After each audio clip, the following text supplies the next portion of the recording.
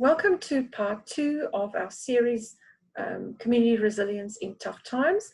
My name is Retha de Villiers Scheepers. I'm a lecturer at USC Business School in Entrepreneurship and Innovation, and I'm doing this 3-part series in collaboration with Steve Butler from Innovate Moreton Bay and also my colleague Noel Tracy. So I'd like to share with you in the second part who is part of the entrepreneurial community.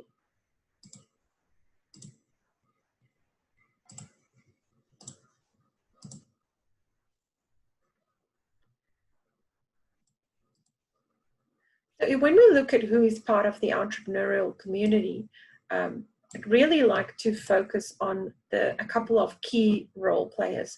So we think about an entrepreneurial community as a system, and sometimes we only think about the entrepreneurs who are out there creating new businesses or jobs.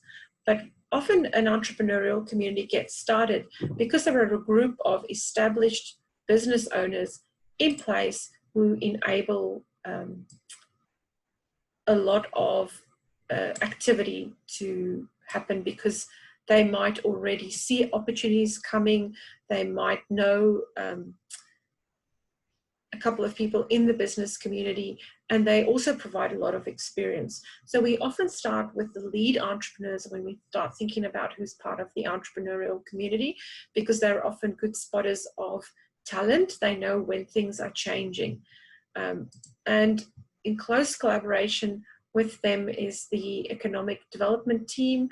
There's often key economic policies that make it possible to access regional funding, key infrastructure projects that are brought in, of which entrepreneurs see the future potential in terms of business. These entrepreneurs often come together in networking events such as chambers of commerce. They build strong bonds between each other, which enable the flow of information and opportunity. They really get to know each other. There might be other resources around, such as entrepreneurial hubs, incubators and accelerators that provide support. Often schools and universities forum enable the talent to be developed. These are talents, human capital that will flow in from schools of young individuals stepping up and already seeing business opportunities when they're young. And we often see this with entrepreneurs that innovate again and again, that they sort of had this tendency from school, and also from universities where they might learn specialized skills or learn more about the entrepreneurial process and putting that in place. Key intermediaries are often play a big role as well, those that enable information flow, like the Regional Development Australia, Innovate Moreton Bay, Embred. There's financial capital or investors around, which entrepreneurs themselves may put in, or they may attract some financial capital. And we often see large companies also as supporters, and they may provide some innovation programs in space, or they may put forward some procurement programs to buy from smaller businesses.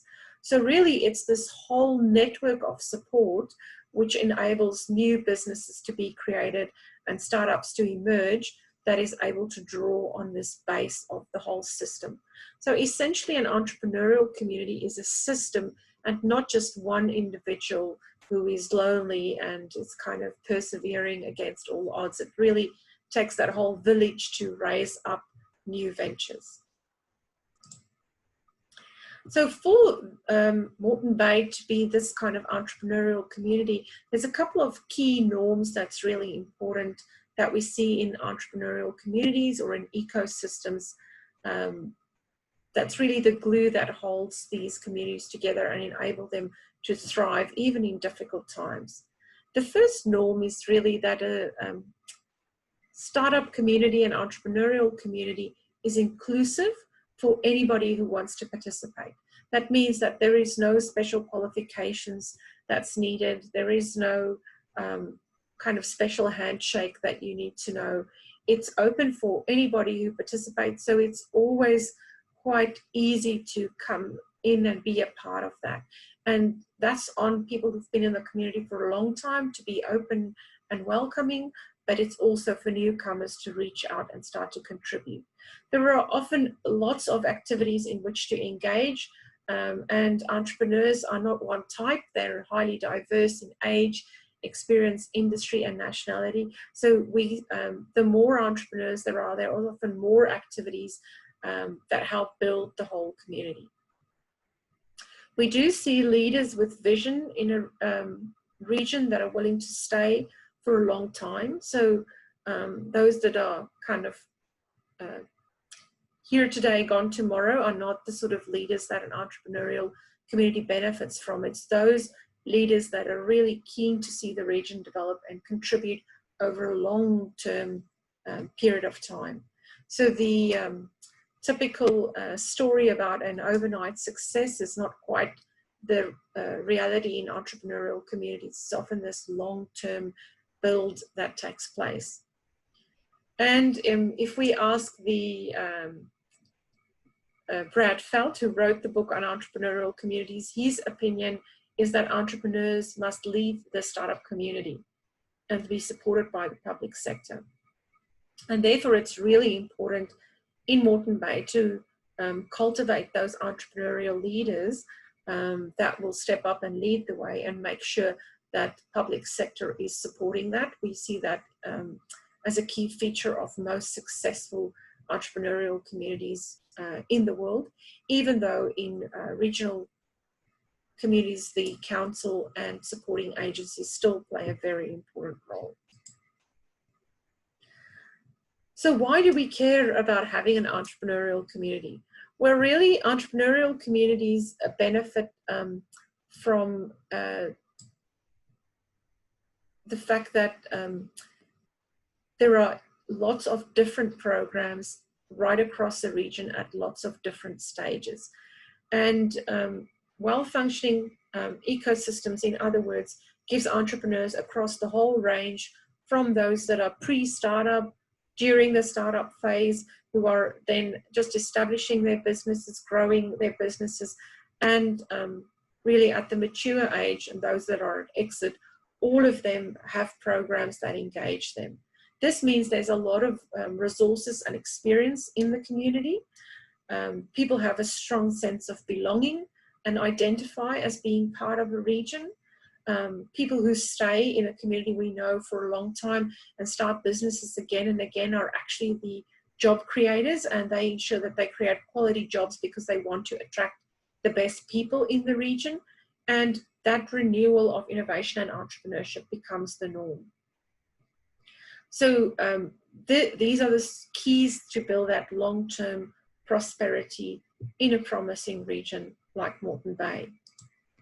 So like I mentioned before, the Brad Felt, who's a key investor in Boulder, Colorado, which is a community of about 100,000 people at the time when he wrote the Boulder thesis, so much smaller than Moreton Bay even is.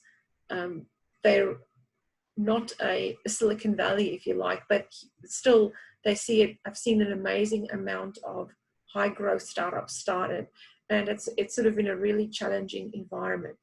So Brad Felt's book on startup communities and entrepreneurial ecosystems really highlight that small regional communities can be a force to be reckoned with, and he highlights these norms that I've just shared with you, that the startup community should be led by entrepreneurs, be inclusive, be long-term focused, have regular events to engage people, is critical to building this long-term community.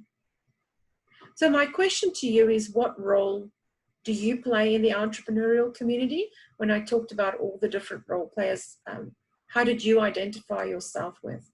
And which of these norms that Brad Felt talks about really resonates with you? Once you have that, work out where can you get involved. Don't sit after the pandemic is over and allow things just to go back to normal.